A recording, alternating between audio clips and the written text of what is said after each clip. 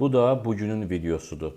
Leyla Əliyevaya diqqət yetirin, yerində otura bilmir. Hikmət Hacıyevin nəzarət etdiyi yaltaq mediada video necə paylaşılıbsa, elə də sizə göstərirəm. Fevralın 27-sində Prezident İlham Əliyevin və 1-ci xanım Mehriban Əliyevanın adından Efiopiyanın baş naziri Abiy Əhməd Əlinin və 1-ci xanım Zinaş Tayaçevin şərəfinə rəsmi nahar verilib. Bax, bu görüşdən açıq, canlı videosu olan bir şey paylaşmırlar. Leyla Əliyevaya görə.